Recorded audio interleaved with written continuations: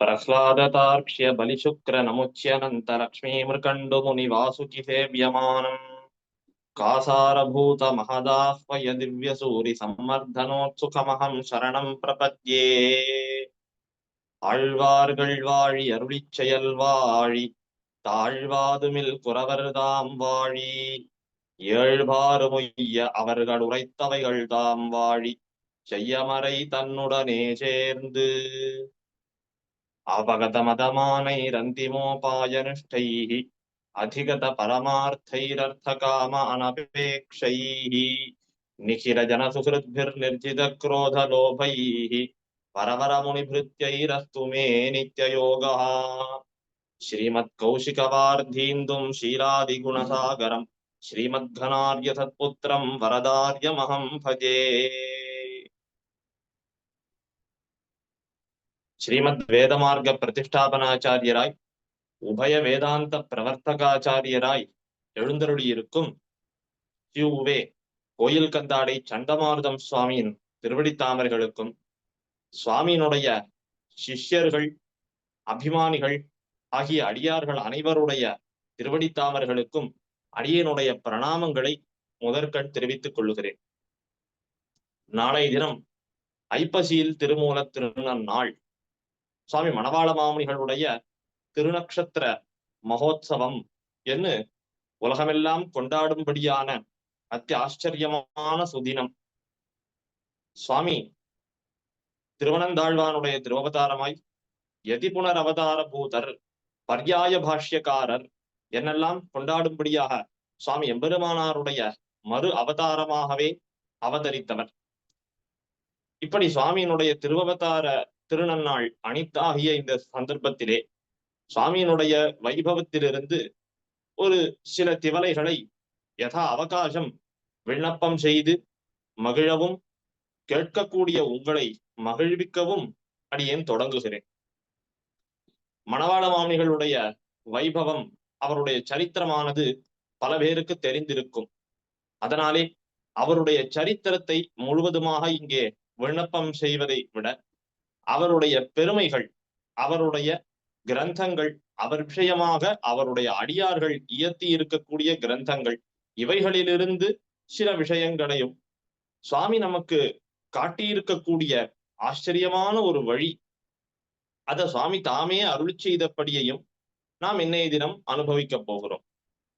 முன்னமே சொன்னார் போலே சுவாமி யதி புனர் அவதார பூதர் எம்பெருமானாருடைய அவதாரம் என்று பார்க்கிறோம். பல விதங்களிலே சுவாமிக்கும் மணவாள மாமுனிகளுக்கும் ஆச்சரியமான ஒரு சாமியமானது ஏற்படுகிறது. அதுல முக்கியமாக ஒரு விஷயத்தை நாம் சொல்ல வேண்டுமே, ஆனால் இருவருமே வியாக்கியான கிரந்தங்கள் உரைகளை இயற்றுவதிலே மிகவும் உன்னியிருந்தவர்கள். எப்படிப்பட்ட உரை ஏற்றினார்கள்? ரெண்டு பேருக்குமே என்ன பிராதானியம்னு கேட்டால், தாங்களாக சுதந்திரமாகவும் சில நூல்களை இயற்றி இருக்கிறார்கள். ஆனால் அதை விட தங்களுடைய பூர்வர்களான முன்னோர்கள் ஆழ்வார் ஆச்சாரியர்கள் இயற்றிய நூல்கள் மற்றும் இப்ப சுவாமி எம்பெருமானார் என்று கொண்டால் பிரம்மசூத்திர பாஷ்யம், பகவத்கீதா பாஷ்யம் என்னிப்படி முன்பிருந்த நூல்கள் பிரமாணங்களுக்கான உரைகளை இயற்றுவதிலே உண்ணி இருந்தார் சுவாமி எம்பெருமானார். இப்படி வேத விவரண நூல்களை எல்லாம் இயற்றுவதற்கு எம்பெருமானாராகிய அவதாரம் திருவனந்தாழ்வான் செய்தருளினார். அதே போல இது சம்ஸ்கிருத வேதத்துக்கு, திராவிட வேதத்துக்கு அதனுடைய விவரணமான நூல்களை எல்லாம் இயற்றுவதற்காக மணவாள மாமுனிகளாக திருவனந்தாழ்வான் அவதரித்தார். இத ரொம்ப ஆச்சரியமாக சம்பிரதாய சந்திரிகை என்கிற நூலிலே சுவாமி மணவாள மாமுனிகளுடைய அஷ்டதிகஜங்களிலே ஒருவரான பிள்ளை என்னும் ஆச்சாரியர் ஆச்சரியமாக அருளி செய்திருக்கிறார். ஆதியிலே அறவரகை அழைத்து அரங்கர் அவனியிலே 200 ஆண்டு இருநீ என்ன பாதியிலே உடையவராய் வந்து தோன்றி பரமபதம் நாடி அவர் போவேன் என்ன நீதியாய் முன்போல நிற்க நாடி நிலுவதனை நிறைவேற்றி வாரும் என்ன சாதாரணமெனும் மாவருடன் தன்னில் தனித்துலா மூல நாள் தான் வந்தாரே என்று மணவாள மாமுனிகள் எதனால் அவதாரம் செய்தார்? ஆதியிலே அறவரகை அழைத்து, இந்த திருவனந்தாழ்வானை அழைக்கிறார் அரங்கரான பெரிய பெருமாள். அவனிலே 200 ஆண்டு நீ என்ன, இந்த உலகத்திலே நீர் 200 வருட காலங்கள் வாழ வேணும், எதற்காக 200 வருஷம் வாழ வேணும்னா 200 வருஷ காலம்னா 2 புருஷாயுசுக்கள். புருஷாயுசுனா வேதம் சொல்றது இல்லையோ, சதாயு புருஷா. இதைத்தான் ஆழ்வாரும் தமிழ் படுத்தினார், தொண்டரடிப்புடி ஆழ்வார். வேத நூல் பிராயம் 100ன்னு சொன்னார் இல்லையா? அப்ப ஒரு புருஷாயுசு 100 வருஷம்னா 2 புருஷாயுசு 200 வருஷம் இல்லையா? அந்த 200 வருஷம் நீ இருக்க வேணும். எதுக்காக இருக்கணும்? சம்ஸ்கிருத வேதம், திராவிட வேதம் என்ன, இப்படி 2 விஷயங்கள் இருக்கே. இது ரெண்டும் பார்க்கறதுக்கு தான் வேறு வேறு துறைகளை போல தோத்தும். ஆனால் இரண்டும் ஒன்னோடொன்னு பிணைந்ததுதான். இரண்டும் ஒன்னோடொன்னு ஒரே கருத்தை சொல்ல வந்ததுதான். ஆனால் இவைகளை விவரித்து இவைகளை நல்ல விதமாக சரியான இதனுடைய அர்த்தங்களை எல்லாம் நிறைய சேத்தனர்களுக்கு போய் சேர வேணும். இதனாலே உலகத்திலே சர்வ சேத்தனோஜீவனார்த்தம் ஏற்பட வேணும் என்று எம்பெருமான் ஆதிசேஷனுக்கு கட்டளையிட்டான்.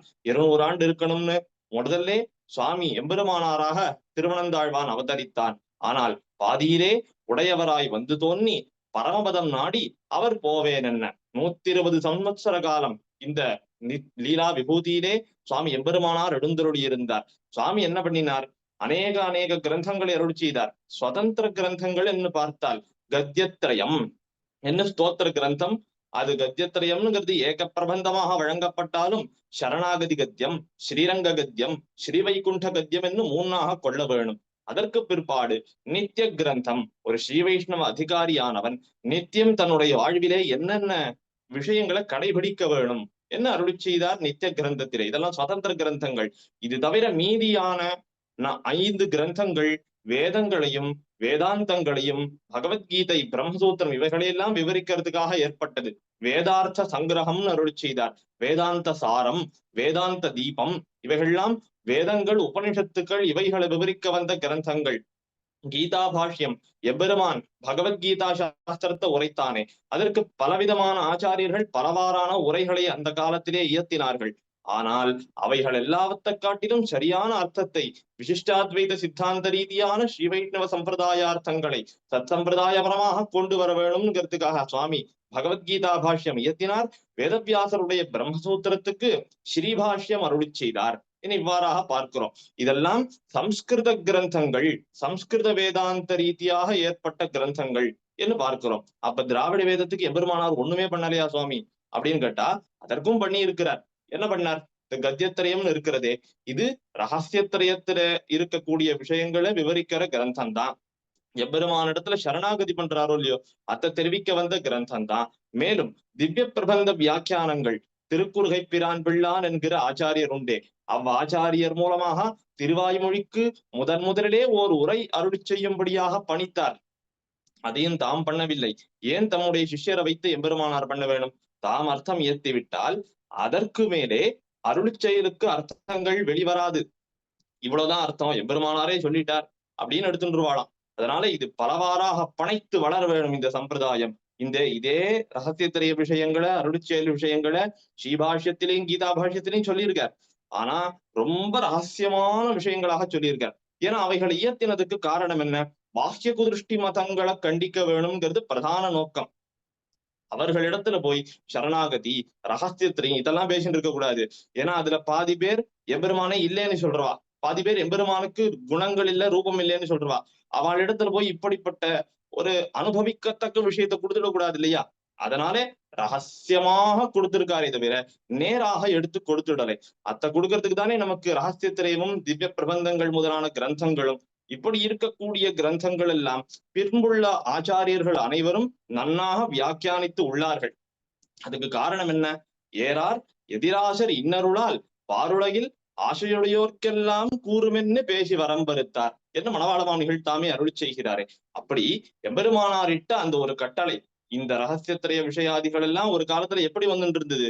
ஓராண் வழியாக வந்து கொண்டிருந்தது. ஓராண் வழினா ஒரு ஆச்சாரியன் ஒரு சிஷ்யருக்குத்தான் உரைப்பர். அது ஏன் அந்த ஒருத்தருக்கு தான் சொல்லணும்? அது எப்படி அவர்கள் அந்த ஒருத்தரை கண்டுபிடிப்பார்கள்? அவர்களுக்கு பலவிதமான சுசுஷைகள், அவர்கள் பண்ணக்கூடிய கைங்கரியங்களை எல்லாம் பார்த்து இன்னாருக்கு உபதேசிக்கலாம் அப்படின்னு ஒரு கடைசியாக ஒரு முடிவெடுத்து ஒருத்தருக்கு பண்ணுவா. அதுக்கு 1008 பரீட்சைகள், அது வேற விஷயம். இன்னாருக்குதான் பண்ணுவேன், நான் ஒருத்தருக்கு பண்ணிட்டேன் இனிமே பண்ணக்கூடாது அப்படின்னு எந்த காரணமும் எல்லாம் உபதேசிக்கலை.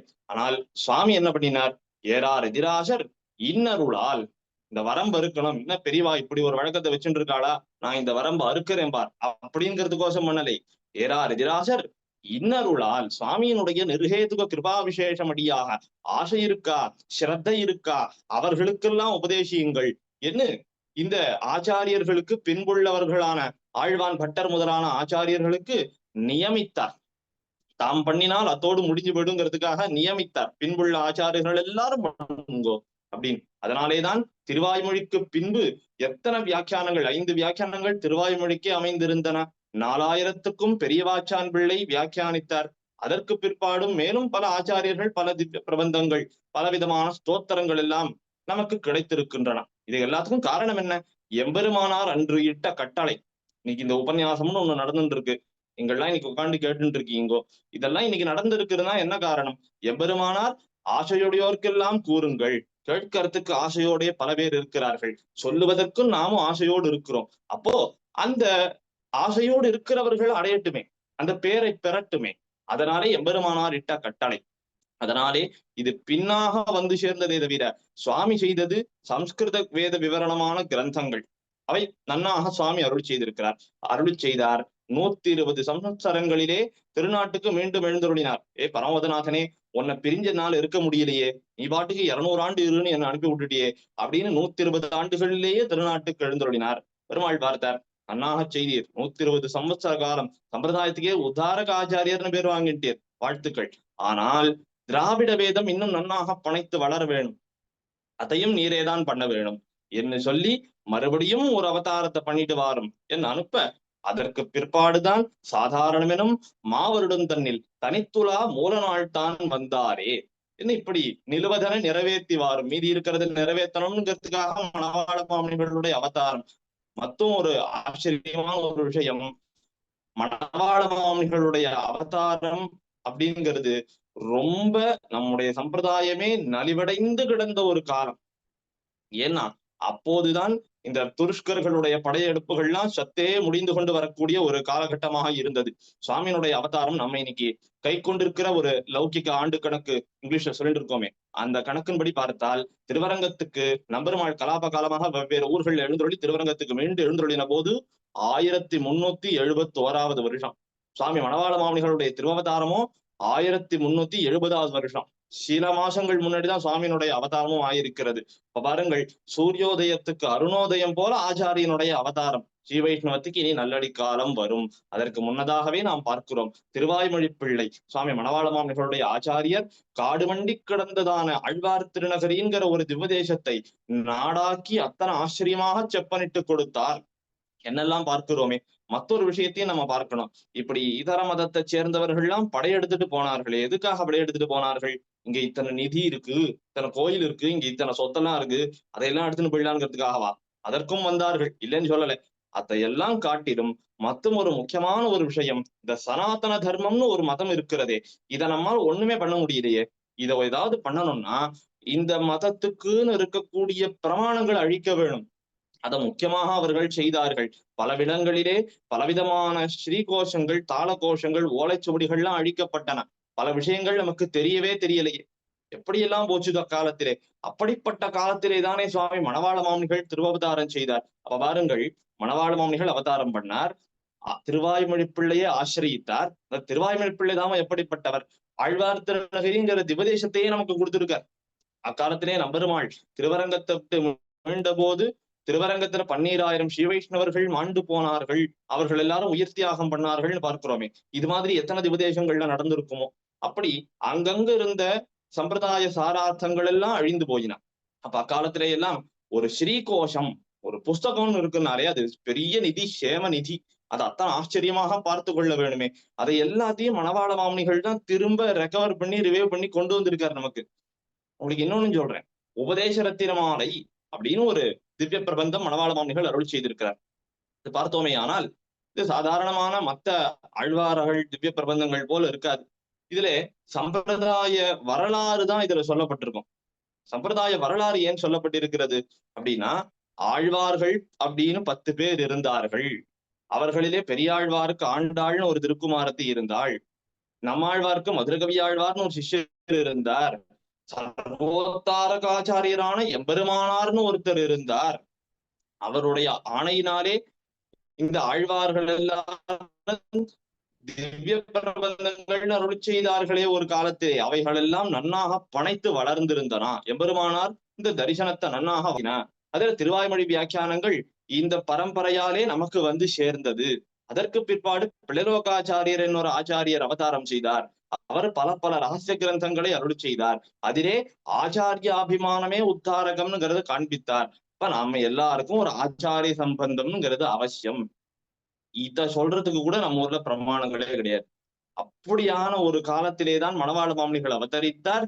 இப்படி சம்பிரதாய சாரார்த்தங்களை நமக்கு சொல்றதுக்குன்னே மன்னியசீர் வெண்பாவில் வைத்துன்னு சொல்லும்படியான ஆச்சரியமான ஒரு பிரபந்தத்தையும் அருளி செய்தார். மேலும் தம்முடைய ஆச்சாரியருடைய நியமன அனுகுணமாக இந்த நியமனத்துக்கு சேர ஸ்ரீபாஷ்யத்தை ஒரு கால் கற்றார், ஒரு கால் காலக்ஷேபமாக சொன்னார். மத்தும் உண்டான அத்தனை காலத்திலேயும் திவ்ய பிரபந்தங்களிலும் ரகசியத்திரயத்திலேயே தம்முடைய காலத்தை கழித்தார். திவ்ய பிரபந்த வியாக்கியானங்கள் திருவாய்மொழி வியாக்கியானத்திலேயே போதுபோக்கினார். மற்றும் இந்த ரகசியத்திரய விவரணங்களாக அவைகளுக்கு வியாக்கியானமாக பிளலோகாச்சாரியர் அருள் செய்த முமுட்சுப்படி, தத்துவத்திரயம், ஸ்ரீவச்சன பூஷணம் மற்றும் அந்த பிளலோகாச்சாரியருடைய திரு தம்பியாரான அழகிய மணவாள பெருமாள் நாயனார் என்கிற ஆச்சாரியர் அவர் அருள் செய்த ஆச்சாரிய ஹிருதயம் இப்படிப்பட்ட 4 ரகசிய கிரந்தங்களுக்கு வியாக்கியானம் அருள் செய்தார்.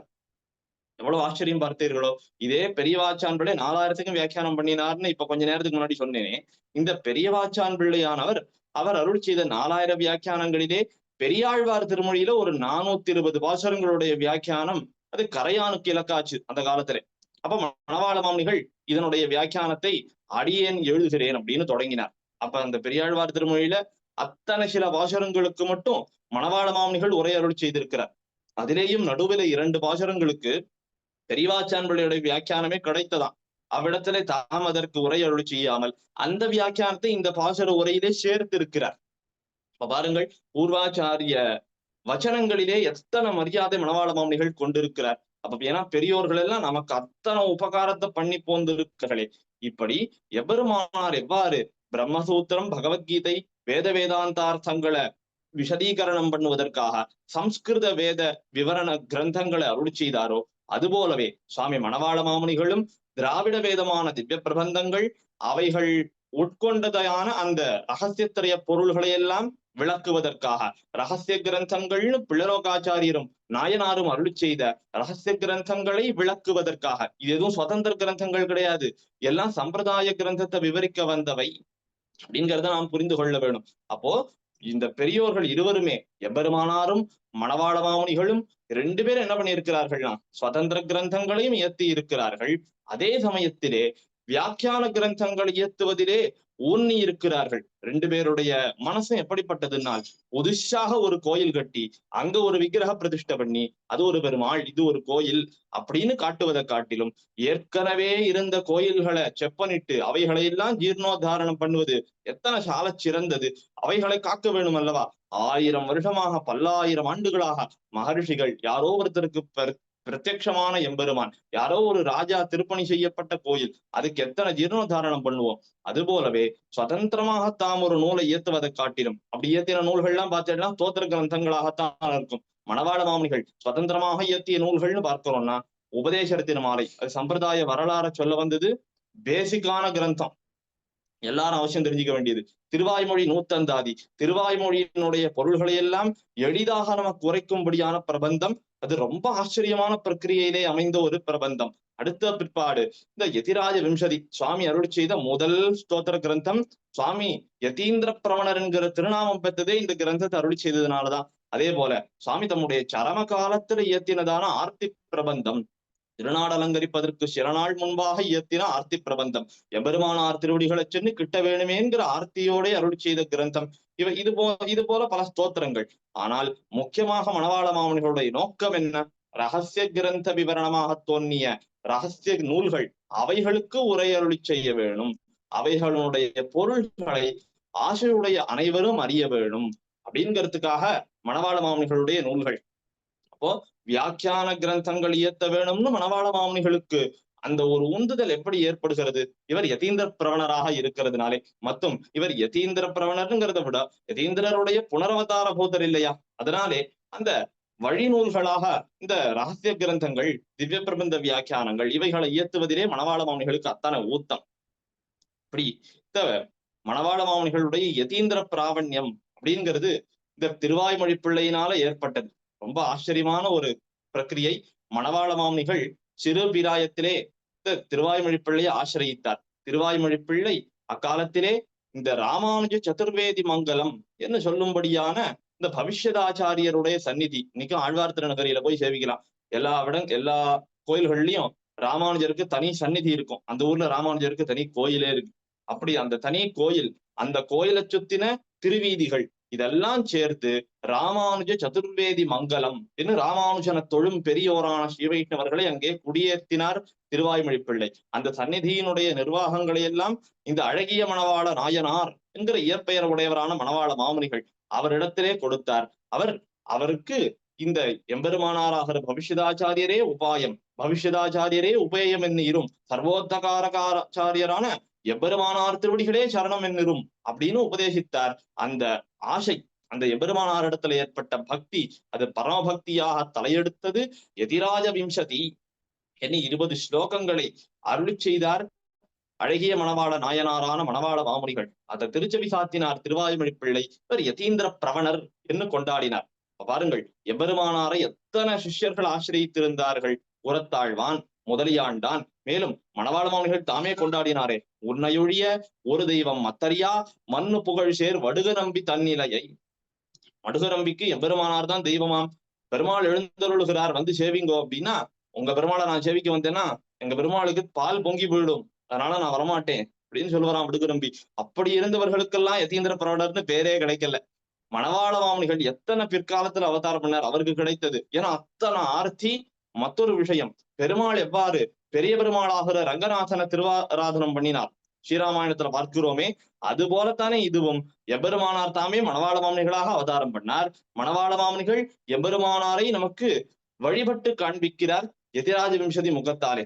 எதனாலே என்று பார்த்தால், மரியாதானாஞ்ச லோகசிய கர்த்தா காரயிதாது சகா என்று சொல்லும்படியாக இந்த உலகத்துல இருக்கிற வரம்புகள் எல்லாம் எம்பெருமான் தானே ஏற்படுத்துகிறான்.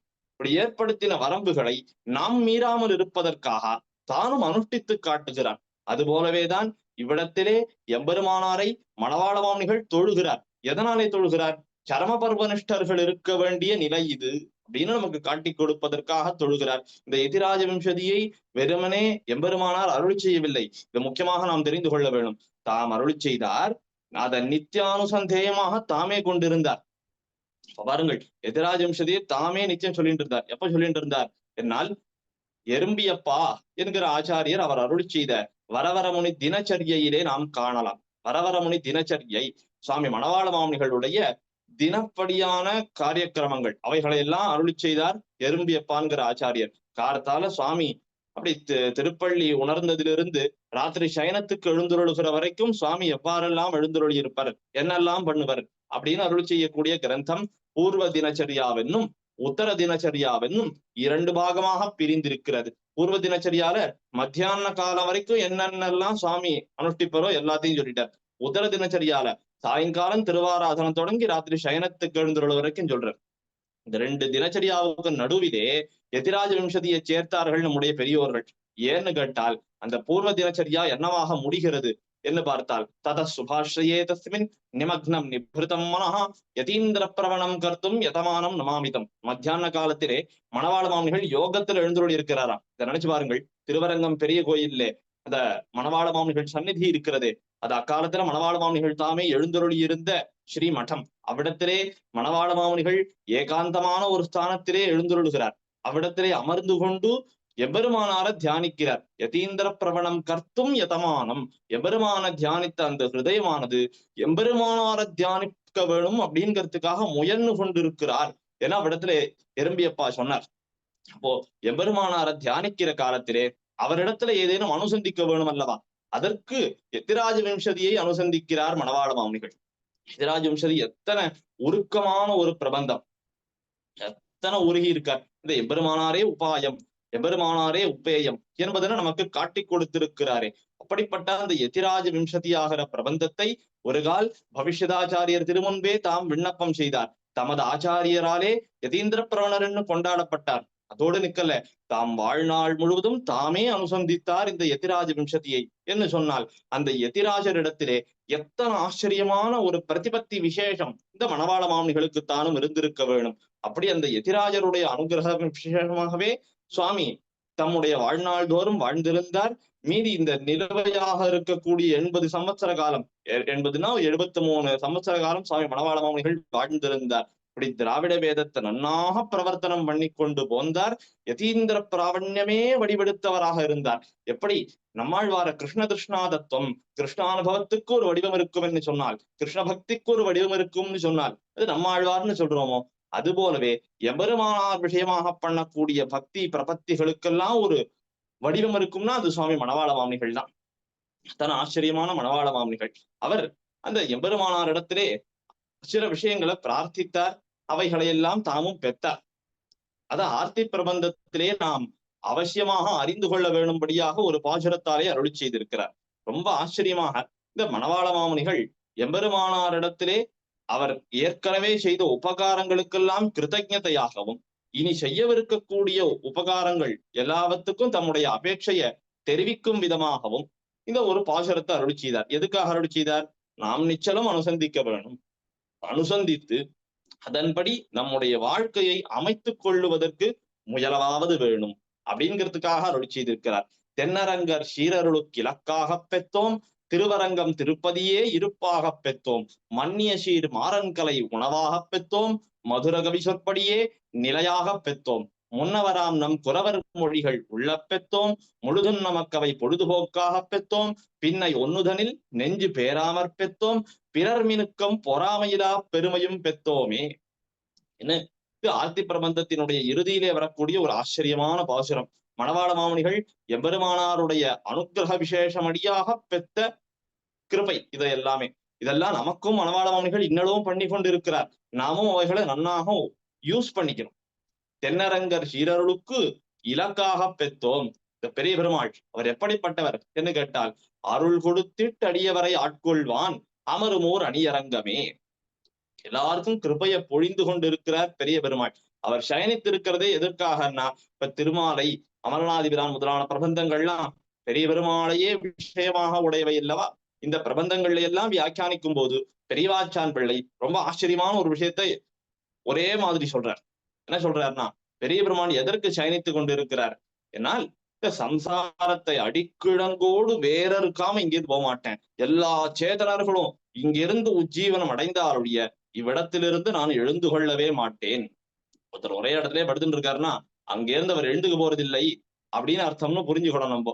மந்திவாய் வடவேங்கட மாமலை வானவர்கள் சந்தி செய்ய நின்னான் அரங்கத்தரவி நடையான்னு சொன்னாரே திருப்பானாழ்வார். இந்த வானவர்கள் சந்தி செய்ய நின்னான் வடவேங்கட மாமலையிலே மலை மேல நிற்கிறான் எம்பெருமான். அர்ச்சாவதாரத்துக்கு பொற்கால் பொலிய விட்ட விடம் அந்த திருமலையிலே நிற்கிறான். அந்த திருமலையில ஏன் நிற்கிறார்னா, மலையில இருந்து நின்று பார்க்கிறார், அடுத்து எங்க போகலான்னுங்கிறதுக்கோசரம் பார்க்கிறார். அங்கிருந்து இறங்கி வந்தார், வடக்கு வாசலால நேராக புகுந்தார், திருவரங்கத்துல வந்து சயனித்துக் கொண்டார். படுத்துட்டாருன்னா இனிமே எங்கேயும் போகிறதா இல்லை, இங்கதான் இருக்க போறேன். ஏன் என்ன காரியம் பண்ண போறார் இவர் அப்படின்னா, இந்த சம்சாரிகளை எல்லாம் உஜ்ஜீவனம் பண்ண போறேன் அப்படிங்கிறதுக்காக. இப்படி அருள் கொடுத்திட்டு அடியவரை ஆட்கொள்வான். நம்முடைய சம்பிரதாயத்துல அனைத்து பூர்வாச்சாரியர்களும் இந்த திருவரங்கம் திருப்பதிக்குத்தானே வந்து சேர்ந்தார்கள். அத்தனை பேரையும் அழைத்து கொண்டாரே இந்த பெரிய பெருமாள். திருவரங்கம் திருப்பதியே இருப்பாக பெற்றோம். இந்த திருவரங்க வாசத்தை உடையவராக மணவாள மாமுனிகள் தாமும் எழுந்தருளி இருந்தார். இன்னைக்கு நம்ம பார்க்கலாம், எந்த திவ்யதேசத்துக்கு போனாலும் மணவாள மாமுனிகளுக்கு ஒரு அருளப்பாடு என்று இடுகிற போது, அருளப்பாடு ஈட்டு பிரவர்த்தகரான கோயில் மணவாள மாமுனிகள், கோயில் மணவாள மாமுனிகள் என எங்க போனாலும் அவர் கோயில் மணவாள மாமுனிகள்னு தான் சொல்லுவார்கள். அதனாலே இந்த திருவரங்கம் திருப்பதியே இருப்பாக பெற்றவர். இப்ப நம்ம எல்லாம் பல திவ்யதேசங்கள்ல இருக்கோமே, திருவல்லிக்கணியில இருக்கோம், திருக்கோவலூர்ல இருக்கோம், பல திவ்யதேசங்கள்ல இருக்கோமே. அப்ப திருவரங்க வாசம் நமக்கு கிடைக்காதா அப்படின்னு கேட்டால் அதற்கும் முயல வேணும். திருவரங்க வாசத்துக்கு ஏதோ ஒரு சில சந்தர்ப்பங்களுக்கு திருவரங்கத்துக்கு போயிட்டு வருவேன், நம்பெருமாளை சேவிப்பேன். இப்ப சில பேர் வச்சுட்டு இருக்காளே, வருஷம் ஆச்சுன்னா ஒரு தடவையாவது திருவேங்கடமுடையான போய் சேவிக்கணும், திருவேங்கட யாத்திரை போற மாதிரி திருவரங்கத்துக்கும் போயிட்டு வரணும். இது ஒரு பக்கம். மற்றொரு விஷயம், நீங்க எந்த திவதேசத்துல இருந்தாலும் அது திருவரங்கம் திருப்பதி தான். ஏன்னா எல்லா திவதேசங்களிலும் இருக்கிற எம்பெருமான் யாருன்னா திருவரங்கத்தின் பெருமான் தான். ஆறாமம் சூழ்ந்த வரங்கம் என்ன அருளி செய்தாரே திருமங்கை ஆழ்வார். ஆறாமம் சூழ்ந்த அரங்கம். இந்த அரங்கம்ங்கிறது எப்படிப்பட்டது? இந்த ராஜாக்கள்லாம் இருப்பார்கள், அவர்கள் பல பல இடங்களுக்கு போகிறார்கள். இந்த ஜனங்கள்லாம் சந்தோஷமா இருக்காளா, நாடு சுபிக்ஷமா இருக்கா, இதெல்லாத்தையும் பார்க்கறதுக்காக போறார்கள். அப்படி போகக்கூடிய காலத்திலே அவர்கள் எல்லாரும் பல பல இடங்களிலே சென்று சேருகிறார்கள். ஆராமங்கள், தோட்டங்கள் பேரு, இதெல்லாம் ராஜாவுடைய தோட்டங்கள். இவர் இந்த பக்கம் வந்தாருன்னா இந்த தோட்டத்துல இந்த விளையாட்டு விளையாடிட்டு தான் போவர், இந்த தோட்டத்துல கொஞ்ச நேரம் ஓய்வு எடுத்துட்டு தான் போவர் என்று சொல்லும்படியான சில தோட்டங்கள்.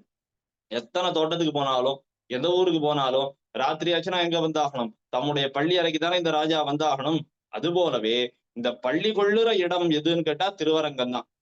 ஆண்டாள் சொன்னாலே, தெள்ளியார் பலர் கைதொழும் தேவனார் வள்ளல் மாலிரும் சோலை மணாளனார் பள்ளி கொள்ளுமிடத்தடி கொட்டிட கொள்ளுமாகில் நீ கூடிடு கூடலே.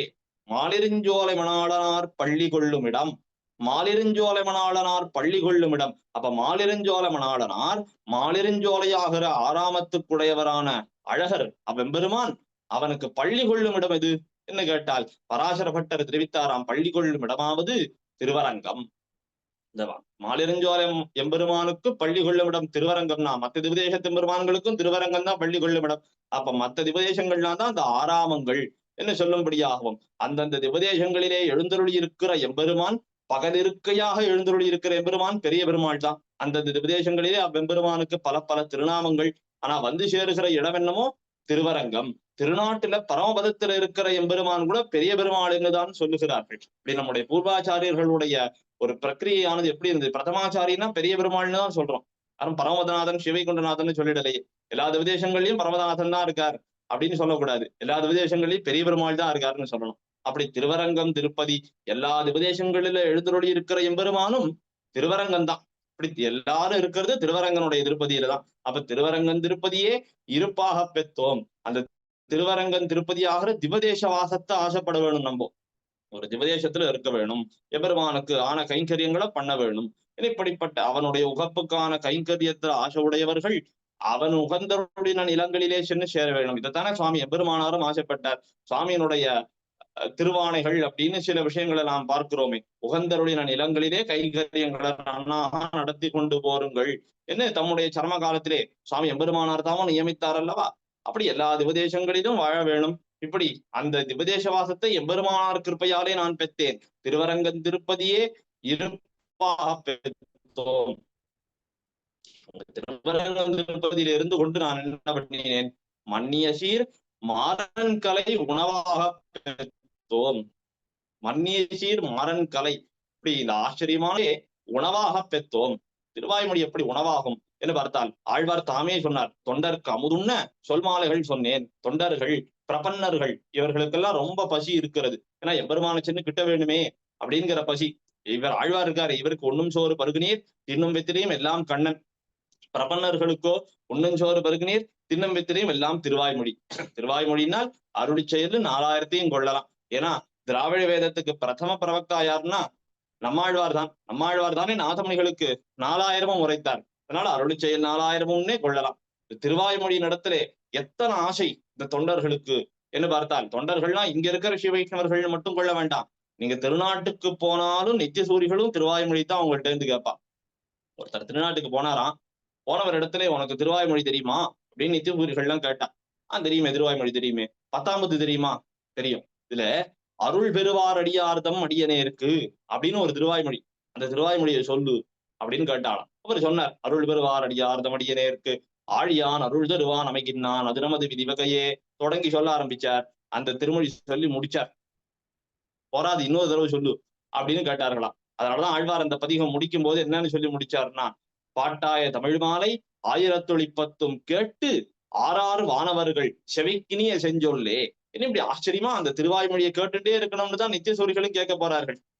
அங்க போனாலும் அவர்கள் திருவாய்மொழியைத்தான் எப்போதும் அனுசந்தித்துக் கொண்டிருப்பார்களாம். திருவரங்கம் பெரிய கோயிலிலே சந்திர புஷ்கரணி என்கிற ஒரு குளத்தை நாம் காண்கிறோம். அந்த புஷ்கரணி கரையிலே நம்முடைய பூர்வாச்சாரியர்கள் எல்லாரும் அமர்ந்திருப்பார்களாம். அவர்கள் எல்லாரும் அமர்ந்திருந்து என்ன பண்ணக்கூடியவர்கள்னா, திருவாய்மொழியினுடைய அர்த்த விசேஷங்களை எல்லாம் போதையந்த பரஸ்பரம்னு சொல்லும்படியாக மாறி மாறி பேசிட்டு இருப்பார்களாம்.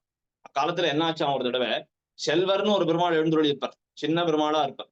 அவர் பலி சாதிக்கிறதுக்காக இந்த பிராகாரத்துல ஒரு சின்ன பல்லக்குல பிரதட்சிணமாக வருவர். ஒரு காலத்துல இந்த ஆச்சாரியர்கள் எல்லாரும் இந்த திருவாய்மொழியை பத்தின விசாரத்திலே ஈடுபட்டு இருந்தார்கள். அப்ப இந்த செல்வர் புறப்பாடாகி வந்தார். ஒரு புறப்பாடாகி வந்தா பெருமாள் எழுந்தாருன்னு எழுந்து நின்றுக்கணும் இல்லையோ? அதனால இவர்கள்லாம் எழுந்து நின்னார்கள். கொஞ்ச நாள் அமைதியாக இருந்தார்கள். ஆனா அவர்கள் மனசுல என்ன இருந்ததுன்னா, என்ன ஆச்சரியமாக நாம் ஒரு திருவாய்மொழிங்கிற ஒரு திவ்ய பிரபந்தத்தை இவ்வளவு அழகாக ஆழ்வார் அருள் செய்திருக்காரே, இவ்வளவு அழகாக ஆச்சாரியர்கள் வியாக்கியானித்துள்ளார்களே அப்படின்னு பேசிட்டு இருக்கோம். இந்த செல்வர் கூட்டத்தை கலைக்கிறதுக்குனே சேர்றார் அப்படின்னு திட்டினாலாம். அப்ப பார்த்தாரான் நம்பெருமாள், சரி இந்த திருவாய்மொழி பேசப்படக்கூடிய விடத்திலே செல்வர் எழுந்தருளினாரும் அசஹ்யம். செல்வர் எதுக்கு, அவர் என்ன பண்ண போறாரு, பலி அடிச்சுட்டு போறாரு, அவ்வளவுதானே. நம்ம திருவாய்மொழி பேசுறது ஒரு கொஞ்ச நாளி கெட்டு போறதே, அது கூட கெடக்கூடாதுன்னு தானே இவர்கள் விரும்புகிறார்கள்னு இந்த பலி சாதிக்கிறதுங்கிற ஒரு வழக்கமே அவ்விடத்துல இல்லாத போச்சுதான். அப்படி அந்த திருப்புன்ன மரத்தினடியிலே திருவாய்மொழியை பல காலம் நம்முடைய பூர்வர்கள் விசாரம் பண்ணியே இருக்கிறார்கள். எத்தனை ஆச்சரியமான திருவாய்மொழி ஆயித்தே, அவ்வளவு ஆச்சரியமான திவ்ய பிரபந்தங்கள் ஆயித்தே. அவைகளைத்தான் மணவாள மாமுனிகள் தினந்தோறும் பிரவச்சனம் பண்ணுகிறார். இந்த வரவரமுனி தினச்சரியாவிலே எறும்பியப்பா அருள் செய்கிறார். அத ஸ்ரீசைல நாதாரிய நாம்னி ஸ்ரீமதி மண்டபே தத் அங்கிரி பங்கஜத்வந்த சாயாமத்திய நிவாசினம் தத்துவம் திவ்ய பிரபந்தானாம் சாரம் சம்சார வைரினாம் சரசம் சரஹஸ்யானாம் யாச்சக்ஷானம் நமாமிதம். மாமுனிகள் காலை வேளையிலே நம்பெருமாள மங்களாசாசனம் செய்துவிட்டு வருகிறார். பெரிய கோயிலில ஆண்டாள், நாச்சியார் முதலான அனைவரையும் மங்களாசாசனம் செய்துவிட்டு தம்முடைய ஸ்ரீமட்டத்துக்கு எழுந்தருளுகிறார். தம்முடைய ஸ்ரீமட்டத்திலே திருமலையாழ்வார் என்கிற திருநாமத்தோடைய காலக்ஷேப கூடம். இன்னைக்கு நம்ம மணவாள மாமுனிகள் சன்னதிக்கு திருவரங்கத்துக்கு போனால் சேவிக்கலாம். மாமுனிகள் சன்னதிக்கு பின்னாடியே அந்த திருமலையாழ்வார் காலக்ஷேப கூடம் என்கிற ஒரு மண்டபமானது இருக்கிறது. அவ்விடத்திலேதான் மணவாள மாமுனிகள் காலக்ஷேபம் சாதிப்பறான் நித்தியமாக. அப்படி அவர் இந்த திருவாய்மொழி பிள்ளையினுடைய திருவடி தாமர்களிடத்திலேயே தாம் வாழ்வதாக எண்ணிக்கொண்டு என்ன காலக்ஷேபம் என்றார், தத்துவம் திவ்ய பிரபந்தானாம் சாரம் சம்சார வைரினாம் சரசம் ரகசியானாம் யாச்சக்ஷானம் நமாமிதம். திவ்ய பிரபந்த வியாக்கியானங்களை, அதனால ரகசியார்த்தங்களை எல்லாம் உட்கொண்டதான அந்த திவ்ய பிரபந்தத்தினுடைய ஆழ்பொருள்களை எல்லாம் எடுத்துரைக்கிறார். இது பகல்ல நடக்கிற காலக்ஷேபமா? அடுத்தபடியாக சாயங்காலம் இப்ப உத்தர தினச்சரியாவுக்கு வந்துடலாம். உத்தர தினச்சரியா தொடங்குகிற போதே எறும்பியப்பா என்ன அருள் செய்கிறார்னா, வாக்கியாலங்கிருதி வாக்கியானி வியாக்கியாதாரம் நமாமிதம். வாக்கியாலங்கிருதி ஸ்ரீவச்சன பூஷணம். இந்த ஸ்ரீவச்சன பூஷணம் தானே எப்படிப்பட்டது? மணவாள மாமுனிகள் தாமே உபதேச ரத்னமாலையில் அருள் செய்தாரே, முன்னங்குறவோர் மொழிந்த வசனங்கள் தன்னை மிக கொண்டு கத்தோர் தம் உயிர்க்கு மின் அணியாச் சேரச் சமைத்து அவரே சீர்வசன பூடனம் என்னும் பேர் இக்கலை கிட்டார்பின். சீவச்சன பூஷணம்னு பிளலோகாச்சாரியர் அருள் செய்த கிரந்தந்தானும் பூர்வாச்சாரியர்கள் அருள் செய்த பல பல விஷயங்களை நமக்கு எடுத்துக் கொடுக்கக்கூடியதாக இருக்கிறது. அதனாலதான் ஸ்ரீ வச்சன பூஷணம், அது ஒரு ஆபரணம் போல. அதுதான் வாக்கியாலங்கிருதி வச்சன பூஷணம். வாக்கியாலங்கிருதி வாக்கியானி, அதில் இருக்கக்கூடிய வாக்கியங்களை எல்லாம் வியாக்கியாதாரம் மணவாள மாமுனிகள் சாயங்கால வேளையிலே காலக்ஷேபமாக சாதிக்கிறார். இப்படி நாம் பார்க்கிறோமே. இப்படி மணவாள மாமுனிகள் மன்னிய சீர் மாறன்கலை உணவாக பெற்றோம் நாள்தோறும் அருள் செயலிலேயே போது போக்கினார். அடுத்தபடியாக மதுர கவி சொற்படியே நிலையாக பெற்றோம். இந்த திருவாய்மொழியை முதல்ல கேட்டு பட்டோல கொண்டவர் யார்? மதுரகவி ஆழ்வார் தானே. தேவுமத்தரியேன் என்ன இந்த திருவாய்மொழியினுடைய கர்த்தாவாகிய சுவாமி நம்மாழ்வார் அவரிடத்திலே அத்தனை பக்தியோடு இருந்தாரே, தேவுமத்தரியேன்னு இருந்தாரே, அவரை தவிர வேறு தெய்வம் கிடையாது என்று சொல்லிட்டு இருந்தாரே. அவருடைய சொற்படியே நிலையாக பெற்றோம், ஆச்சாரியன ஒழிய வேறொரு தெய்வம் கிடையாது என்று இருந்தோம். இந்த சரம பர்வ நிஷ்டைன்னு இதுக்குதான் பேர். எம்பெருமானிடத்துல பண்ணக்கூடிய பக்தி அதற்கு பிரதம பர்வ நிஷ்டை என்ன பெயர். ஆச்சாரிய நடத்துல பண்ணால் அது சரம பர்வ நிஷ்டைன்னு பெயர். முதல்ல சொன்னது முதல் நிலை, அடுத்ததாக சொன்னது கடைநிலை. ஏன்னா ரத்னத்தை நாம் பெத்த பிற்பாடு அதன் பேர்ல இருக்கிற மதிப்பெல்லாம் நமக்கு அதை ஒருத்தர் கொடுத்திருப்பார். இந்த விலை மதிக்க முடியாத ஒரு ரத்தனத்தை நமக்கு இவர் ஒருத்தர் கொடுத்திருக்காரே, அப்ப இவர் எவ்வளவு பெரிய மனுஷராக இருக்க வேணும் அப்படின்னு அவர் பேர்ல தானே நமக்கு மதிப்பேறும். அதுபோலே எம்பெருமானாகிய ஒரு மிக உயர்ந்த விஷயத்தை நமக்கு காட்டி கொடுக்கிற ஆச்சாரியன் அவர்தானே மிகச்சிறந்த தெய்வம். அப்படி மதுர கவி சொற்படியே நிலையாக பெற்றோம். அந்த ஆச்சாரிய நிஷ்டையிலே ஊன்னினவர் என்று பார்த்தால் மதுர கவி ஆழ்வார். அதனாலதான் அவர் பேராலேயே இன்னளவும் நமக்கு இந்த சரம பர்வ நிஷ்டையானது வழங்கி வருகிறது. மதுர கவி நிஷ்டைன்னு தான் பேர். அதற்கு பிற்பாடு வடுக நம்பிகள் எம்பெருமானார் இடத்துல அவ்வாறு எழுந்தருளி இருந்தார். இரும்பியப்பா மணவாள மாமுனிகள் இடத்துல அவ்வாறு எழுந்தருளி இருந்தார். ஆனா அவர்கள் பேராலெல்லாம் இது வழங்கப்படவில்லையே, மதுரகவி ஆழ்வார் பேரால்தான் வழங்கப்படுகிறது. இப்படி மதுரகவி சொற்படியே நிலையாக பெற்றோம். இப்படி ஆச்சாரியனிடத்திலே அத்தியந்தமான பக்தியை உடையவர்களாக இருந்தோம் என்று ஆச்சரியமாக தெரிவிக்கிறார். முன்னவராம் நம் குறவர் மொழிகள் உள்ள பெத்தோம். நமக்கு நம்முடைய ஆச்சாரியனிடத்திலே ஒரு பக்தி இருக்கிறது என்பதனை ஆச்சாரியர் எவ்வாறு அறிந்து கொள்ளுவார் என்று பார்த்தால், இவன் நம்மிடத்துல மட்டும்தான் இந்த பக்தியை பண்ணுகிறானா அல்லது நம்முடைய ஆச்சாரிய இடத்துல பண்ணுகிறானா? இப்ப இந்த குரு பரம்பரைன்னு பார்க்கிறோமே, எப்படி வரக்கூடியது? நம்முடைய ஆச்சாரியர், அவருக்கு ஆச்சாரியர், அவருக்கு ஆச்சாரியர், இப்படி பல விதமாக போய் அது கடைசியில பெரிய பெருமான் இடத்துல போய் சேரும். இப்படித்தானே குரு பரம்பரைங்கிறது இருக்கும். அப்ப இந்த குரு பரம்பரை அப்படிங்கிறதுல நம்முடைய ஆச்சாரியன் என்ன காட்டுகிறார்? என்னிடத்துல பக்தி பண்ணுலாம் காட்டல, நீங்கள்லாம் என்னுடைய சிஷ்யாளுங்கிறத காட்டல. இந்த பரம்பரைக்கே நீங்கள்லாம் சிஷ்யர்கள். சர்வோத்தாரக ஆச்சாரியார்னா எம்பெருமானார் தான். நீங்க எல்லாரும் இந்த சமாசயனம்ங்கிறத பண்ணிக்கொண்டு இத்தனை ரகசியார்த்தங்களை அறிந்து கொள்வதற்கு பிரயோஜனம் என்னன்னா, எம்பெருமானார் திருவடிகளே சரணம்னு இருக்கணும். அவர் திருவடிகளிலே பண்ணக்கூடிய கைங்கரியத்தை அவரிடத்துல பிரார்த்தித்து பெற வேணும். இதுக்காகத்தானே நம்முடைய ஆச்சாரியர்கள் நமக்கு இத்தனை கிரந்தங்கள் அருள் செய்கிறார்கள், இத்தனை உபதேசங்களை பண்ணுகிறார்கள். அப்படிப்பட்ட முன்னவராம் நம் குறவர் மொழிகள் உள்ள பெத்தோம். மதுர கவி சொல்லுங்கிறது நம்ம ஆச்சாரியனோட நிக்க கூடாது, நம்ம ஆச்சாரிய பரம்பரையளவாக பெருக வேணும். அப்படி பெருகின காலத்திலே அப்படிப்பட்ட பெரியோர்களாலே இயற்றப்பட்ட கிரந்தங்கள், அவைகளையெல்லாம் நினைக்க வேணும், அவைகளையெல்லாம் அதிகரிக்க வேணும். நம்முடைய சம்பிரதாயம் இத்தனை கிரந்தங்களை அதிகரித்தால் போரும்ங்கிறதே கிடையாது. இது பொதுவாகவே நம்முடைய சனாதன தர்மம்ங்கிற ரீதியாகவே பார்த்தாலும் கூட பிற மதங்களுக்கு இந்த புஸ்தகத்தை படிச்சா போரும் அப்படின்னு இருக்கும். நம்முடைய மதத்துக்கு இத்தனை புஸ்தகங்களை படிச்சு முடிக்கிறதுக்கு ஒரு புருஷாயுசா 2 புருஷாயுசா எத்தனை எடுத்தாலும் போராது. அப்படி நம்முடைய ஸ்ரீவைஷ்ணவ சம்பிரதாயம்னு வந்தாலே அத்தனை கிரந்தங்கள் நம்முடைய பூர்வாச்சாரியர்கள் எல்லாரும் எத்தனை கஷ்டப்பட்டு பண்ணி இருக்கிறார்கள்.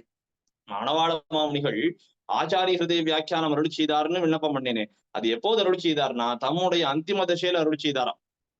நம்முடைய அந்திம தசையிலே தம்முடைய திருக்கட்டிலே மல்லாந்து சயனித்து கொண்டு அதுல பட்டோலை சாத்தின் இருந்தாராம், திருவெழுத்து சாத்தின் இருந்தாராம் இந்த ஆச்சாரிய ஹிருதய வியாக்கியானத்தை.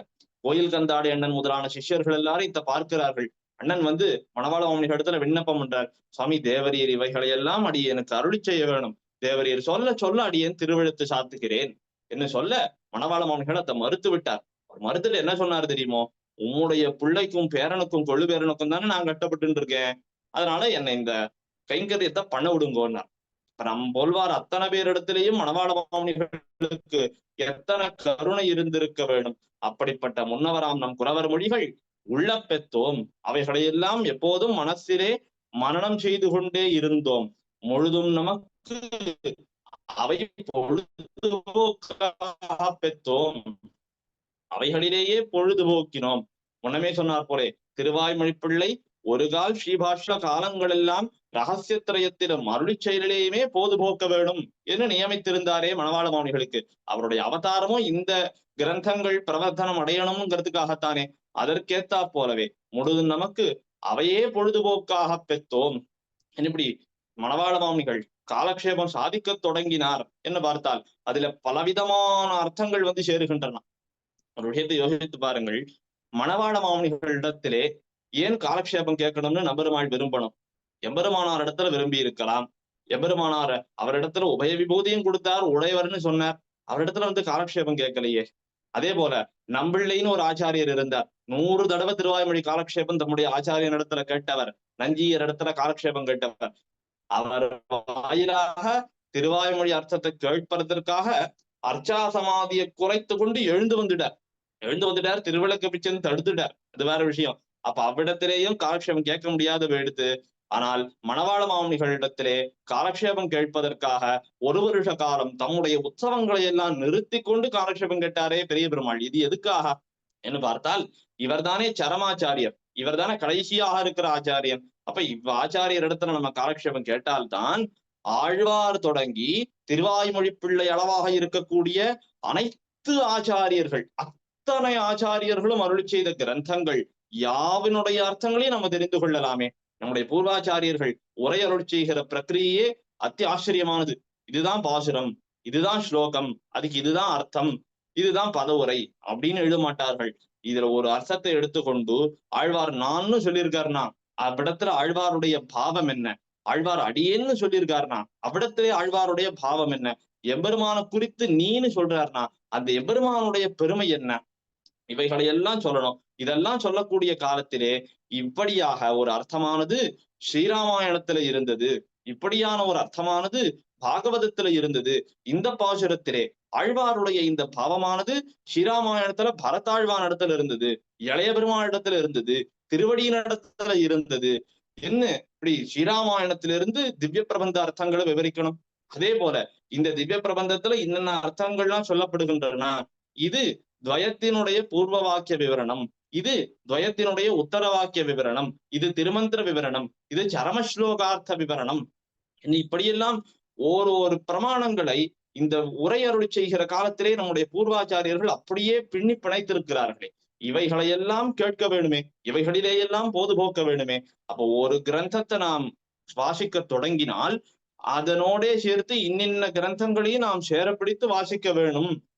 அப்ப எத்தனை கிரந்தங்கள் நம்முடைய பூர்வாச்சாரியர்கள் இதையெல்லாம் எதுக்கு பண்ணியிருக்கிறார்கள்னா, நம்ம எல்லாரும் உஜ்ஜீவனம் அடையணும், நாம் எல்லாரும் இதுல பொழுதுபோக்க வேணும்ங்கிறதுக்காகத்தானே பண்ணி இருக்கிறார்கள்.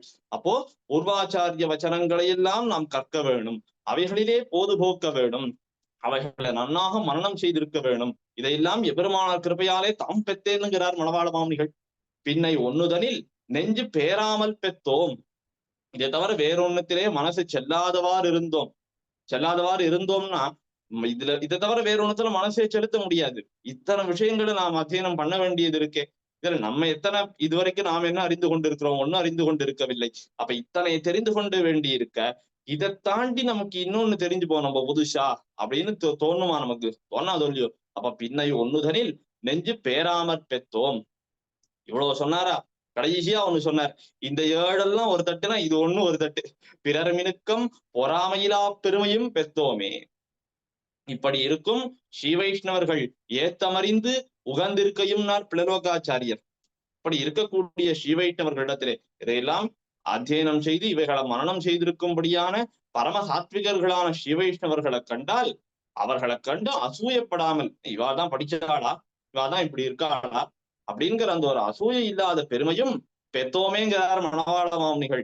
ஏன் பெத்தோமேன்னார்? எம்பெருமானாருடைய கிருபாபிஷேஷமடியாக பெத்தோம். எம்பெருமானார் தாமும் எப்படிப்பட்டவர்? காமாதி தோஷகரம் ஆத்ம பதாஸ்ரிதானாம், தம்ம அடிபணிந்திருக்கக்கூடிய அனைவரிடத்திலேயும் காமாதி தோஷகரம், அவர்கள் அத்தனை பேருடைய காமக்ரோதாதி தோஷங்களை எல்லாம் போக்கக்கூடியவராச்சே. அப்படிப்பட்ட எம்பெருமானாருடைய கிருபையடியாக இத்தனையும் பெத்தோம். அப்போ எம்பெருமானுடைய அனுகிரகத்தை பெத்தோம், எம்பெருமானுடைய திவ்யதேசத்திலே வசிக்கும்படியான பாக்கியத்தை பெத்தோம். அந்த திவ்யதேசத்திலே ஆழ்வார் அருளி செய்த அருளி செயல்களையே உணவாக கொள்ளும்படியான ஆச்சரியமான ஒரு வைபவத்தையும் பெத்தோம். ஆழ்வாருடைய திருவடித்தாமர்களே தஞ்சம் என்று கிடந்தவரான மதுர கவி ஆழ்வார், அவரை போலவே ஆச்சாரிய நிஷ்டையிலே ஊன்னி இருக்க பெற்றோம். ஆச்சாரியர்கள் அனைவருமாக நமக்கு கொடுத்திருக்கக்கூடிய போதம் அனுஷ்டானங்கள்னு சொல்லும்படியான கிரந்தங்கள் அனைத்தையுமே நாம் நன்னாக உள்ள பெற்றோம், அவர்களை நன்னாக நினைக்க பெற்றோம். அவைகளை நினைத்து பலரிடத்திலே பேசி அவைகளையே பொதுபோக்காக கொண்டிருந்தோம். இதே ஆர்த்தி பிரபந்தத்துல மற்றொரு பாசுரத்துல அருளி செய்கிறார் மணவாள மாமுனிகள். பண்டு பலவாரியரும் பாருலகோருய்ய பரிவுடனே செய்தருளும் பல்கலைகள் தம்மை கண்டு அதெல்லாம் எழுதி அவை கத்திருந்தும் பிறர்க்கு காதலுடன் கற்பித்தும் காலத்தை கழித்தேன். மாமுனிகளுடைய காலத்திலே இவர் இப்படித்தான் எழுதொழியே இருந்தார். ஏன்னா முன்னமே சொன்னா போலே அவருடைய காலத்திலே இந்த கிரந்தங்களை எல்லாம் மாமுனிகள் தாமே திரும்ப கொண்டு வந்திருக்காரு. இன்ன வரைக்கும் நமக்கு ஒரு சம்பிரதாய கிரந்தம் அப்படின்னு அச்சு போட்ட ஒரு புஸ்தகம் கிடைச்சிருக்குன்னா மணவாள மாமுனிகள் செய்த கைங்கரியம் தான் அது, அவராலே கொண்டு வரப்பட்டதுதான். அப்ப அவர் நியமிக்க எத்தனை சிஷ்யர்கள் அந்தந்த கிரந்தங்களை எல்லாம் பட்டோல கொண்டிருப்பார்கள், தாமே எத்தனை கைப்படை எழுதி இருப்பார். இதையெல்லாம் பார்க்க வேண்டுமே. நம்ம ஆச்சரியமான இந்த கிரந்தங்களை இயத்துவதிலேயும் கிரந்தங்களை பலருக்கு விஷயத்திலே நெஞ்சு செல்லாத பெருமையும் பெற்றோம். இப்படி இருக்கக்கூடிய ஸ்ரீ வைஷ்ணவர்களை கண்டால் நாம் அப்படி இல்லைங்கிறது தெரியறது மணவாள மாமுனிகளுக்கு. அதனாலே இப்படி இருக்கிற ஸ்ரீ வைஷ்ணவர்களை கண்டால் அவர்களை கண்டு அசூயப்படாமல், இப்படியும் சில அதிகாரிகள் இவ்வுலகத்திலே நடையாடுகிறார்களே, எபெருமான் இப்படிப்பட்ட அதிகாரிகளையும் இவ்வுலகத்திலே பிறக்கும்படியாக செய்திருக்கிறானே, பாததூளி படுதலால் இவ்வுலகம் பாக்கியம் செய்ததே நிறைய ஆழ்வார். அது போலவே அந்த அதிகாரிகளை கண்டால் அவர்களை கண்டு அசூயப்படாமல் பெருமைப்படும்படியான பெருமையையும் பெற்றோம்.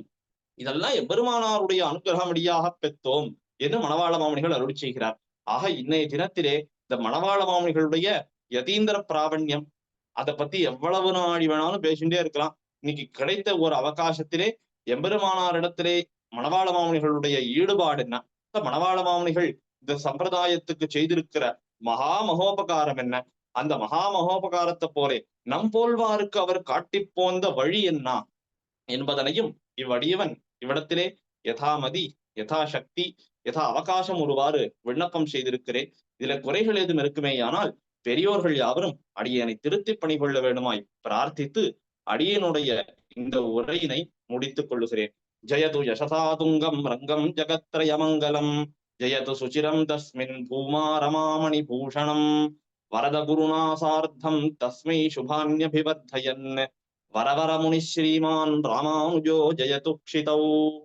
ஆழ்வார் திருவடிகளே சரணம், எம்பெருமானார் திருவடிகளே சரணம், ஜீயர் திருவடிகளே சரணம்.